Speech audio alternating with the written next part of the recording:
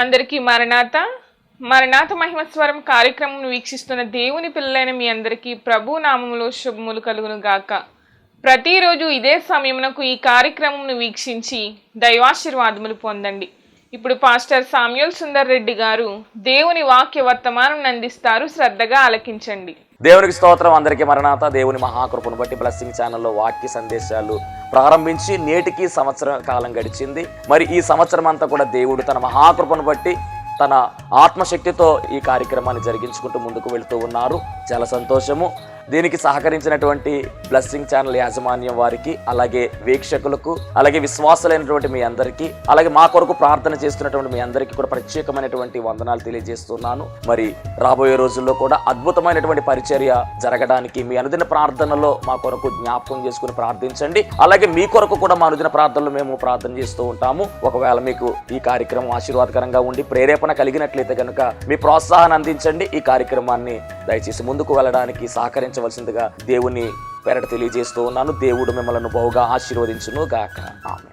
ఆదికాండం, నిర్గమకాండం, లేవియకాండం, సంఖ్యాకాండం, ద్విదశకాండం, యెహోషువ ఏర్పాట్లు, రూతు, సమూయేలు, 2 సమూయేలు, మొదటి రాజులు, 2 రాజులు, మొదటి దంతలో, 2 దంతలో, ఎజ్రా, నెహెమియా, ఎస్తేరు, యోబు, గణం, కీర్తనలు, సామెతలు, ప్రసంగి, పరమగీతం, యెషయా, యెరెమీయా, ఎలాప, యెహెజ్కేలు, దానియేలు, ఏపులి, ఆమోసు, బుద్ద, ఓనమిక, సోమము, హబక్కూకు, జకర్యా, హగ్గై, మలాకి.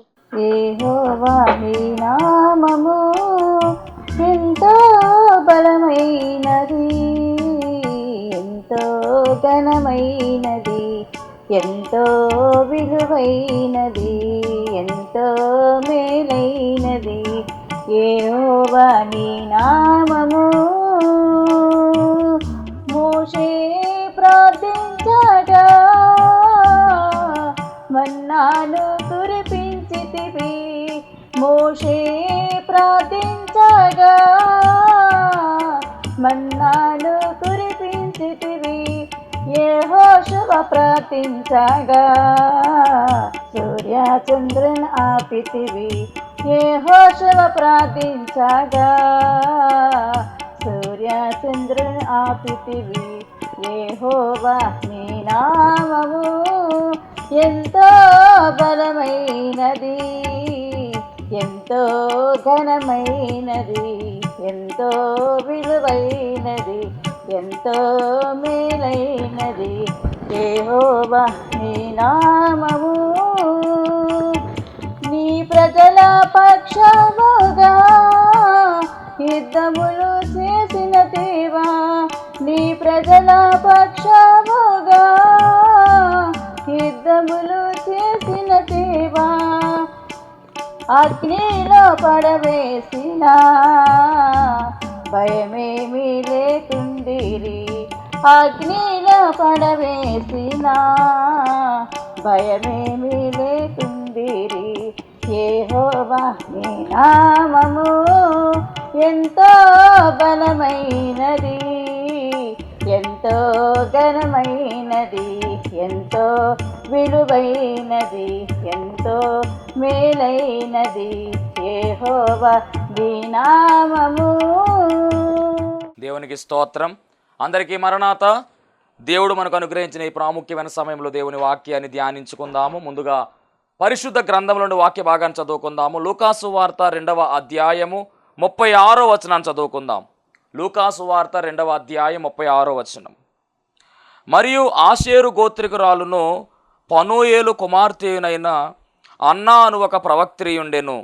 ఆమె కన్యాత్వం మొదలుకొని 7 ఏండ్లు పెనిమిటితో సంసారము చేసి బహుకాలము గడిచినదై. మహాపరిశుద్ధుడా, మహిమగల దేవా, ప్రేమస్వరూపి, దయగల యేసు క్రీస్తు ప్రభువా, నీ ఘనమైన నామానికి వందనాలు, స్తోత్రాలు, స్తుతులు చెల్లించుకుంటున్నాం. ఈ ప్రాముఖ్యమైన సమయంలో ప్రభువా, ఇదిగో నీ మాటలు మాకు అవసరమై ఉన్నవి. నీ మాటలు వినాలని ప్రభువా నాయన, నీ బిడ్డలు మేము వేచి ఉన్నాము, నిలిచి ఉన్నాము. తండ్రి, నీ మాటలను మాకు వినిపించండి. నీ మాటల ద్వారా ప్రభువా నీ బిడ్డల జీవితాల్లో జరగవలసిన కార్యాలను జరిగించి మీరు మహిమ పొందుకోమని మంచి బోధకుడుగా ఉన్న యేసుక్రీస్తు వారి నామములో అడిగి వేడుకొనుచున్నాము పరమ తండ్రి, ఆమెన్. దేవనామమున మీ ఎల్లరికూ శుభములు కలుగునుగాక, ఆమెన్.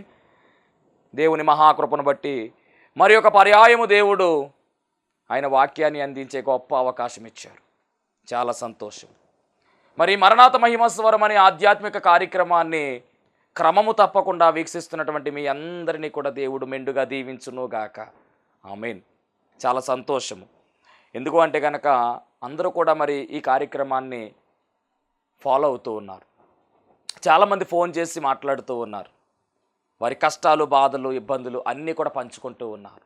పాస్టర్ గారు మా కోసం ప్రార్థన చేయండి అని అనేక మంది మరి సహాయం కోరుతూ ఉన్నారు. ప్రార్థనా సహాయం ప్రార్థన చేస్తూ ఉన్నాము, దేవుడు కార్యాలు జరిగిస్తూ ఉన్నారు. మరలా ఫోన్ చేసి పాస్టర్ గారి కార్యము దేవుడు జరిగించాడండి అని మరి తెలియజేస్తూ ఉన్నారు, సాక్ష్యం ఇస్తూ ఉన్నారు. ఎంత సంతోషం. దేవుని మహాకార్యాలు, గొప్ప కార్యాలు, ఘనమైన కార్యాలు మన జీవితాల్లో జరుగుతూ ఉన్నాయి. మరి నేటి కాలములో ఈ ప్రాముఖ్యమైనటువంటి సమయము దేవుడు మనకు దానముగా ఇచ్చాడు. ఈరోజు దేవుని వాక్యములో రాయబడినటువంటి మాటలను మనం పరిశీలన చేస్తే ఒక వ్యక్తి జీవితము గురించినటువంటి చరిత్ర మనం నేర్చుకోబోతూ ఉన్నాం. ఒక భక్తురాలు యొక్క చరిత్ర మనము ధ్యానం చేయవలసిన వారమై ఉన్నాం. ఈ తల్లిలో నుంచి పరిశుద్ధాత్మ తండ్రి అనేకమైనటువంటి విషయాలు మనకు తెలియచేయడానికి సిద్ధముగా ఉన్నారు. చాలా జాగ్రత్తగా మరి ఈ వాక్యాన్ని విందాం. లూకాసు వార్త 2వ అధ్యాయము 36వ వచనము, అలాగే 37వ వచనము, 38వ వచనము. ఈ 3 వచనాలు కూడా ఒక అద్భుతమైనటువంటి చరిత్ర. ఒక వ్యక్తి యొక్క జీవితము ఈ 3 వచనాల్లో దేవుడు రాయించాడు. 30 వచనాల్లో కాదు రాయాల్సింది, 3 వచనాల్లో ఒక వ్యక్తి యొక్క జీవితము లేదా ఒక తల్లి యొక్క జీవితాన్ని దేవాది దేవుడు రాయించారు. ఈ 3 వచనాలలో ఆమె యొక్క వ్యక్తిత్వము, ఆమె యొక్క సాక్ష్యము, అంత మాత్రమే కాదు ఆమె యొక్క భక్తి జీవితము దేవుడు అద్భుతముగా రాయించాడు. చాలా జాగ్రత్తగా మనం పరిశీలన చేసినట్లయితే ఈ 36వ వచనములో ఆమె పేరు తెలియజేయబడింది, ఆమె గోత్రము తెలియజేయబడింది, ఆమె తండ్రి గారి పేరు తెలియజేయబడింది, ఆమె యొక్క కుటుంబ నేపథ్యము ఈ వచనములో కనబడుతూ ఉంది. అలాగే 37వ వచనములో ఆమె భక్తి జీవితము తెలియజేయబడింది. అలాగే 38వ వచనములో ఆమె పొందుకున్నటువంటి స్థితి, ఆమెకు లభించినటువంటి ఖ్యాతి తెలియచేయబడింది. దేవునికి మహిమ కలుగునుగాక. ఎంత అద్భుతమైనటువంటి చరిత్ర. చాలా జాగ్రత్తగా మనం పరిశీలన చేయవలసినటువంటి విషయం ఇది. మరి 3 వచనాలలో కూడా ఆ వ్యక్తి యొక్క జీవితము, ఎవరు ఈ వ్యక్తి, ఆశ్చర్యాన్ని కలిగించేటటువంటి చరిత్ర కలిగినటువంటి వ్యక్తి, ఎవరు ఈ లేడీ అని మనం గమనిస్తే ఒక విధవరాలుగా ఇక్కడ కనబడుతూ ఉంది. ప్రార్థన, ఉపవాసము, సహవాసము, అలాగే ఒక వరము కలిగినటువంటి ఆమెగా ఈమె కొనియాడబడుతూ ఉంది. ఈమెలో ఉన్నటువంటి క్వాలిటీస్, గొప్ప ప్రార్థనాపరురాలుగా, ఉపవాసము చేసినటువంటి అనుభవము, అలాగే దేవునితో సహవాసము చేసినటువంటి అనుభవము, అలాగే వరములు కలిగినటువంటి అనుభవము, పరిశుద్ధాత్మతో నింపబడినటువంటి అనుభవము కలిగినటువంటి ఆమె, అంటే మంచి లక్షణాలు ఈమె జీవితంలో ఉన్నాయి. ఆమె ఎవరు అంటే కనుక అన్న. పరిశుద్ధ బైబిలు గ్రంథములో, పాత నిబంధన గ్రంథములో ఒక అన్న మనకు కనబడుతుంది. క్రొత్త నిబంధన గ్రంథములో మరి ఒక అన్న కనబడుతుంది.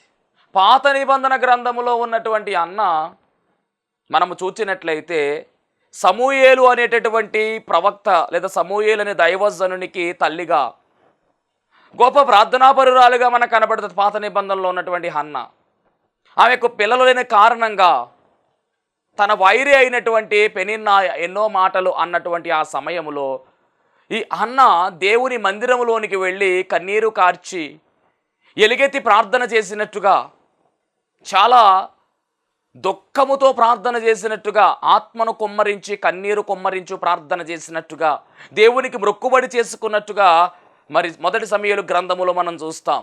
దేవుడు ఆమె మొరను అంగీకరించి ఆమె యొక్క కన్నీటిని దేవుడు నాట్యముగా మార్చివేయడానికి దేవుడు చక్కగా మరి ఆమె గర్భాన్ని తెరచి చక్కని బిడ్డ సమూయేలును దానముగా ఇచ్చినటువంటి గొప్ప చరిత్ర కలిగినటువంటి ఉత్తమమైనటువంటి మరి స్త్రీగా ఆమె కనబడుతుంది. ఆ అన్న కన్నీటి ప్రార్థన చేసి గుండెంతా కూడా బరువంతా కూడా దించివేసి తన యొక్క బాధనంతటిని కూడా దేవునికి వివరించుకొని బిడ్డను సంపాదించుకున్నటువంటి చరిత్ర పాత నిబంధన గ్రంథంలో హన్నాకు ఉంటే, ఈ కొత్త నిబంధనలో ఉన్నటువంటి ఈ అన్న మందిరాన్ని విడిచిపెట్టకుండా మందిరములోనే ఉండి ఉపవాస ప్రార్థనా దీక్షలో ఉన్నటువంటి ఆమెగా, దేవుని పనిలో బలమైనటువంటి రీతిగా వాడబడినటువంటి చరిత్ర కలిగినటువంటి ఆమెగా, అంత మాత్రమే కాదు ఒక ప్రవక్త్రిగా కూడా ఈమె పనిచేసింది. ఈ కొత్త నిబంధనలో ఉన్నటువంటి హన్నా, పాత నిబంధనలో ఉన్నటువంటి హన్నా, కొత్త నిబంధనలో ఉన్నటువంటి అన్న, రెండు పేర్లు కూడా ఒకే అర్థాన్ని చూపిస్తున్నాయి. రాయడం అయితే కొంచెం మార్పుగా రాస్తున్నారు కానీ హన్నా అనేటటువంటి పేరుకు అర్థము కృప అని అర్థం. ఇద్దరూ కూడా దేవుని యొక్క కృపను పొందుకున్నవారే, ఇద్దరూ కూడా దేవుని యొక్క కృపను అందుకున్నవారే.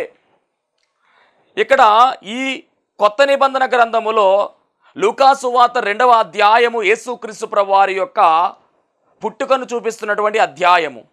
ఆయన ఏ విధముగా జన్మించారో, ఎలాగా ఆయన ఈ భూలోక ప్రవేశము జరిగిందో ఇదంతా కూడా ఈ అధ్యాయములో రాయబడింది. మరి ఈ అధ్యాయము మనం పరిశీలన చేస్తూ ఉంటే ఈ అధ్యాయము చివరి భాగానికి వచ్చే సమయానికి ఇక్కడ ఈ అన్న అనేటటువంటి ఆమె గురించినటువంటి వృత్తాంతము రాశారు.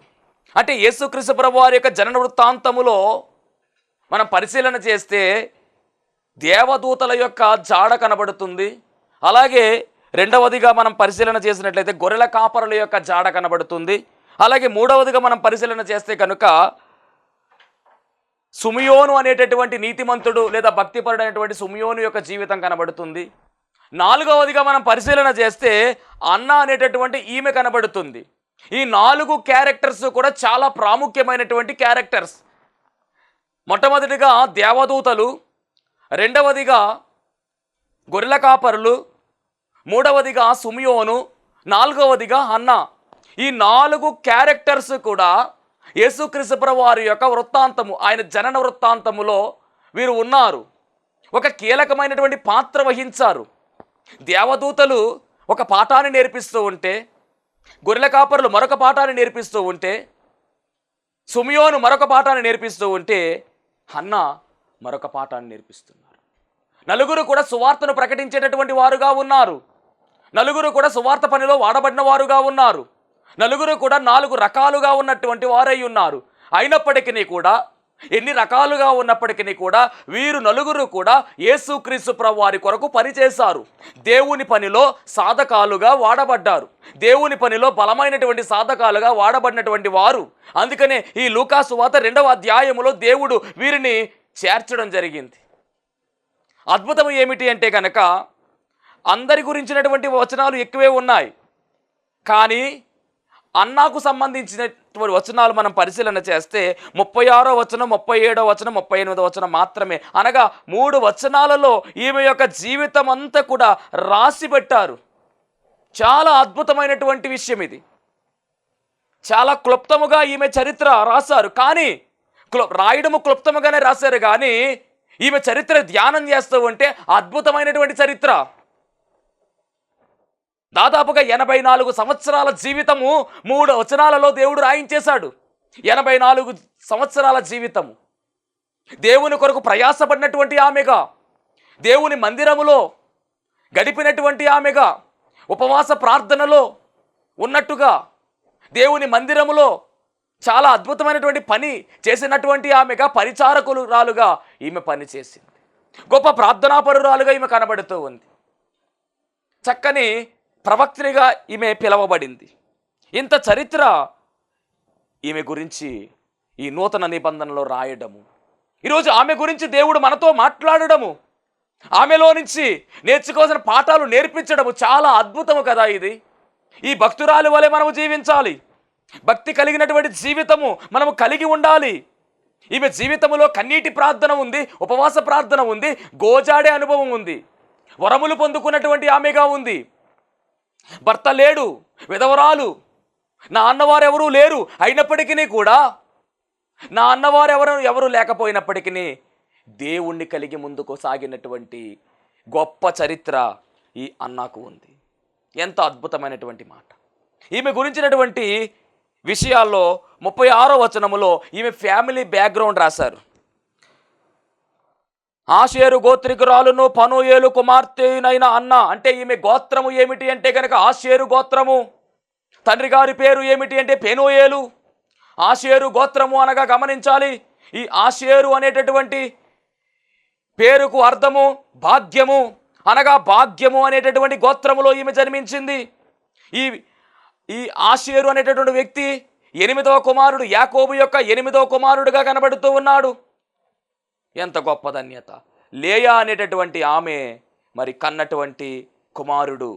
అందుకనే కదా పేరు పెట్టినప్పుడు ఆదికాండం 30:13 రాయబడిన మాట, లేయా నేను భాగ్యవంతురాలను, స్త్రీలు నన్ను భాగ్యవతి అందురు కదా అని అతనికి ఆషేరు అని పేరు పెట్టింది. ఆషేరు యొక్క దీవెన కూడా మనం పరిశీలన చేస్తే 49వ అధ్యాయము 20వ వచనంలో ఆషేరు గురించి రాయబడిన మాట, ఆషేరునొద్ద శ్రేష్టమైన ఆహారము కలదు, రాజులకు తగిన మధుర పదార్థములను అతడిచ్చును.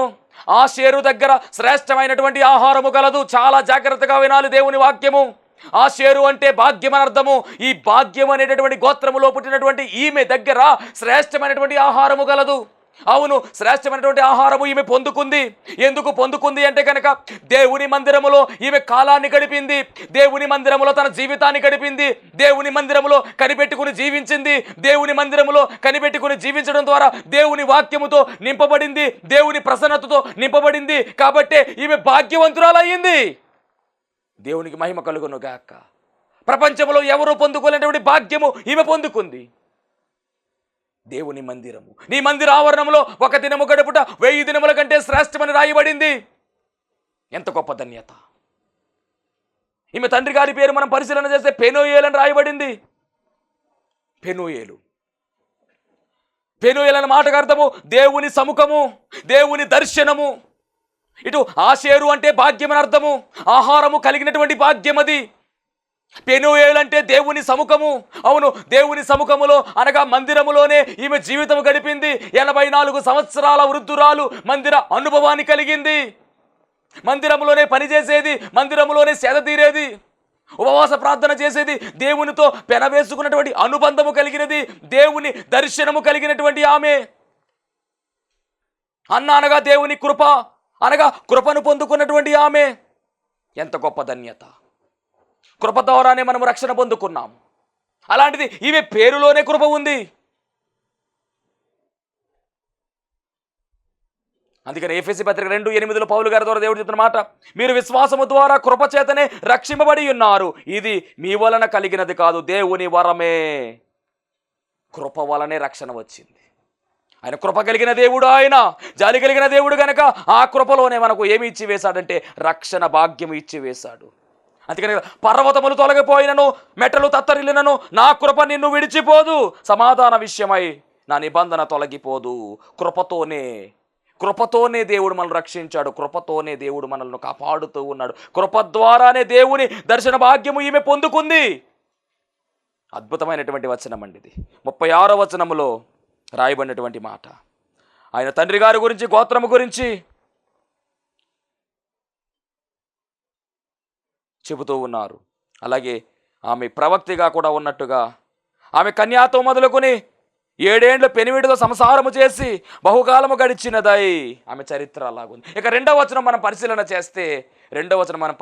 చేస్తే ఆమె ఆత్మీయ స్థితి గురించి మాట్లాడుతూ ఉన్నది. 2వ వచనము, 84 సంవత్సరములు విధవరాలయ్యుండి దేవాలయమును విడువక ఉపవాస ప్రార్థనలతో రెయ్యింపగలు సేవ చేయుచుండెను. ఎంత మంచి అనుభవం ఇది.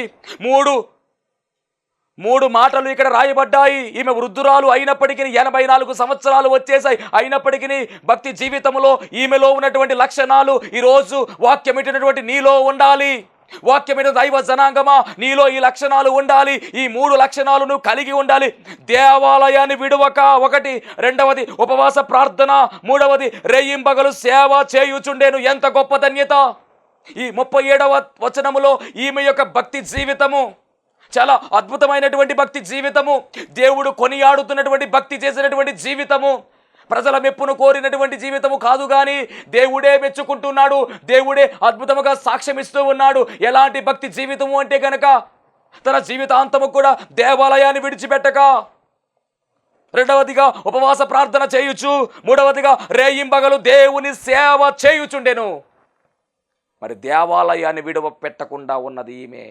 ఎంత గొప్ప ధన్యత! దేవాలయము అనగా మందిరము. ఈరోజు నువ్వు మందిరానికి వెళ్ళడానికి ఎంత నొప్పులు పడిపోతున్నావో. మందిరానికి ఎందుకు రాలేదమ్మా అని అడిగితే ఏవేవో సాకులు చెబుతున్నారు. చుట్టాలు వచ్చారని రాలేదని చెప్పేటటువంటి వారు ఉన్నారు కొంతమంది. మా బంధువులు వచ్చారండి పాస్టర్ గారు, అందుకే ఈరోజు రాలేదండి అంటారు. బంధువులు వస్తే ఆ బంధువులను కూడా బంధించి తీసుకొచ్చేయాలి చర్చికి. దేవుడు ఆశీర్వదిస్తాడు. దేవుడు మహిమ కలుగును గాక. ఎంత గొప్ప ధన్యత! దేవుని మందిర ఆవరణములో ఒక దినము గడుపుట 1000 దినముల కంటే శ్రేష్టము. అంటే ప్రతి ఆదివారము పునరుత్థాన దినమున మందిరంలో మనం ఉండాలి. నియమక కూడకాల్లో మనం మందిరాల్లో ఉండాలి. ప్రార్థనలో ఏకీభవించాలి.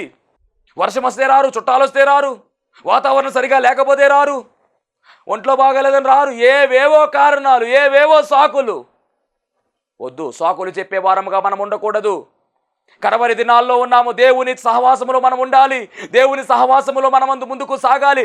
దేవుని సహవాసం మనము చేస్తే ఎన్నో ఆశీర్వాదాలు ఉన్నాయి. దైవ సహవాసం వల్ల మన జీవితాలలో సమాధానం కలుగుతుంది. దైవ సహవాసం వల్ల మన జీవితాలలో మేలు కలుగుతుంది. దైవ సహవాసం వల్ల మన జీవితంలో అభివృద్ధి కలుగుతుంది. దైవ సహవాసం వల్ల మన జీవితాలు బాగుపడతాయి. మరి అలాంటి దైవ సహవాసము మనము, మందిర సహవాసం మనం కలిగి ఉండాలి. మందిరము గురించి మన చరిత్ర మనం ఆలోచన చేస్తే దావీదు భక్తుడు అంటున్నాడు కదా, చిరకాలము యెహోవా మందిరములో నివాసము చేసేదను అంటాడు. నాకు ఒక కోరిక ఉంది. ఆ కోరిక ఏమిటి? ఒక వరం అడుగుతాను దేవుడు నేను. ఆ వరం ఏమిటి అంటే కనుక నేను మందిరములో ఉండాలి. యెహోవా ప్రసన్నతను చూచుటకును, ఆయన ఆలయములో ధ్యానించుటకును నా జీవిత కాలం అంతయు నేను యెహోవా మందిరములో నివసింపగోరుచున్నాను అంటున్నాడు భక్తుడు దావీదు. భక్తులుగా ఎందుకు వీళ్ళు పిలువబడ్డారంటే, వీళ్ళ భక్తి జీవితానికి కారణం ఏమిటి అంటే కనుక మందిరములో ఉండాలనే ఆశ, దేవునితో ఉండాలనే ఆశ, దైవ సహవాసములో ఉండాలనే ఆశ కలిగినటువంటి ప్రాణము వీరిదే. మరి మనం ఎలా ఉంటున్నాం? లోకముతో ఉండాలనే ఆశ కలిగినటువంటి వారముగా మనము జీవిస్తున్నామేమో. జాగ్రత్త. లోకములో ఉన్నదేది నాది కాదు. అది శరీరాశ, నేత్రాశ, జీవపు డంబము కలిగి ఉన్నాయి లోకములో. కాబట్టి లోకముతో జాగ్రత్త, శరీరాశలతో జాగ్రత్త అని దేవుని వాక్యం సెలవిస్తుంది. మరి చిరకాలము యెహోవా మందు నివాసము చేసేటటువంటి అనుభవము దావీదుది. మరి నీ అనుభవం ఏంటి? నేనైతే దేవుని మందిరములో పచ్చని ఒలీవ చెట్టు వలె ఉంటానని దావీదు అంటూ ఉన్నాడు. అంటే ఆయన ధ్యాస ఏమిటంటే మందిరంలో ఉండాలంతే, దేవుని సముఖంలో ఉండాలి అంతే, దేవునితో ఉండాలి అంతే. ఇది దావీదు యొక్క కమిట్మెంట్. సేమ్ అదే కమిట్మెంటు ఈమె అవలంబిస్తుంది. మందిరం విడిచిపెట్టకుండా రేయింబగళ్ళు ఉపవాసం చేస్తూ ఉంది. రెండవదిగా ఉపవాసము. మరి మొదటి అనుభవము మందిర అనుభవము. ఈరోజు నీవు మందిరానికి వస్తున్నావా? మందిరానికి వెళుతున్నావా? ఆదివారం పనికి వెళుతున్నావా? మందిరానికి వెళుతున్నావా? ఆదివారం పనికి వెళుతున్నావా? ఇంటి దగ్గర కూర్చుంటున్నావా? మందిరంలో ప్రార్థన జరుగుతుంటే ఇంటి దగ్గర ఏం చేస్తూ ఉన్నావు? మందిరానికి వెళ్ళాలి, ఆరాధనలో ఏకీభవించాలి, వాక్యం వినాలి, ఆశీర్వాదాన్ని పొందుకోవాలి, వాక్యము ద్వారా మన జీవితాన్ని సరి చేసుకోవాలి. ఇంటి దగ్గర కూర్చుంటే ఏమొస్తుంది? ఏమీ రాదు. దేవుని యొక్క వాక్యాన్ని మనం వినాలి, వాక్యము ద్వారా మనం కట్టబడాలి, వాక్యం ద్వారా మనం సరి చేసుకోవాలి, సిద్ధపరచుకోవాలి, సిద్ధపాటులోనికి వచ్చేయాలి. అలా రావాలంటే మందిరానికి రావాలి, మందిరమునకు రావాలి, మందిరముకు వెళ్ళే అనుభవం మనం కలిగి ఉండాలి. దేవునికి మహిమ కలుగునుగాక. అలాంటి అనుభవంలో ఈ తల్లి ఉంది, అన్న అనేటటువంటి ఆమె ఉంది. ఇక రెండవదిగా ఉపవాస ప్రార్థన. ప్రార్థనా జీవితం ఒక ప్రక్కన ఉంటే ఉపవాస ప్రార్థన అనేది ఒక ప్రక్కన ఉండాలి. ప్రార్థన అనేటువంటి జీవితం ఒక ఎత్తు అయితే ఉపవాస ప్రార్థన అనేది మరొక ఎత్తు. కాబట్టి ఉపవాస ప్రార్థన చాలా ప్రాముఖ్యమైనది. ఇది ఉపవాస ప్రార్థన వల్లే సాధ్యమవుతుంది అని మార్కు సువార్త 9:29 ప్రభువే చెప్తున్నాడు. బైబిల్ గ్రంథంలో చాలా ఉపవాసాలు ఉన్నాయి. ఒకరోజు చేసే ఉపవాసం, 2 రోజులు చేసిన ఉపవాసం, 3 రోజులు 7 రోజుల ఉపవాసం ఉంది, 21 రోజుల ఉపవాసం, 14 రోజుల ఉపవాసం, 40 రోజుల ఉపవాసం ఉంది. ఉపవాసం చేస్తున్నావా? ఉపవాసం చేస్తూ దేవుని సహవాసము చేయాలి. దేవుడు విజయాలు ఇస్తాడు. ఈమె జీవితంలో, భక్తి జీవితంలో దేవాలయము, రెండవది ఉపవాసము, మూడవది రేయింబగలు సేవ చేస్తూ ఉంది. చేస్తున్నావా సేవ? మందిర పనిలో వాడబడుతున్నావా? దేవుని పనిలో వాడబడుతున్నావా? వెళుతున్నావా, వచ్చేస్తున్నావు, అంతే కదా. దేవుని పనిలో వాడబడాలి. ఈ మూడు కూడా ఈమె ఆత్మీయ స్థితి. మొదటి వచనం శారీరక స్థితి తెలియజేశారు, కుటుంబ బ్యాక్గ్రౌండ్. రెండవది ఆత్మీయ స్థితి. ఇప్పుడు మూడవది ఈమెకు వచ్చినటువంటి లాభం ఏమిటో ఇక్కడ రాయబడింది. ఆషేరు అంటే ఎంత అద్భుతమైనటువంటి మాట. భాగ్యము, భాగ్యము, భాగ్యము, భాగ్యవతి అని పేరు. శ్రేష్టమైనటువంటి ఆహారము ఈమె దగ్గర ఉంది. శ్రేష్టమైనటువంటి ఆహారం. ఈ శ్రేష్టమైనటువంటి ఆహారము చేతుల్లోనికి వస్తుంది. ఈ ఆహారము ఎంత గొప్ప ధన్యత.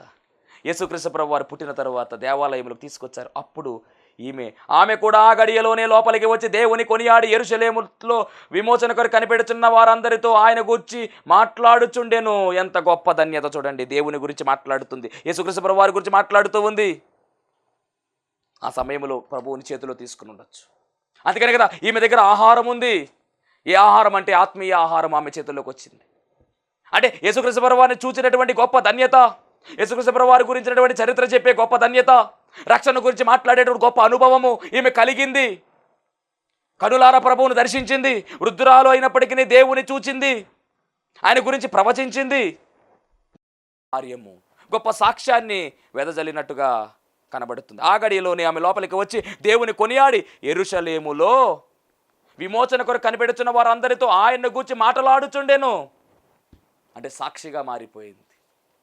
ఆయన మందిరాన్ని విడిచిపెట్టల, దేవుణ్ణి అందుకునే, ఆయనను కనులారా చూచుకునే గొప్ప ధన్యత ఈమెకు లభించింది. ఎందుకు అంటే మందిర అనుభవం కలిగి ఉంది, ఉపవాసం చేస్తూ ఉంది, ప్రార్థన చేస్తూ ఉంది, దేవుని సేవ చేస్తూ ఉంది. మరి ఇట్టి భాగ్యం మనం కూడా కలిగి, మందిర అనుభవం కలిగి, ఆయనతో నిత్యము మనము ఉండే ధన్యత మనం పొందుకోవాలి.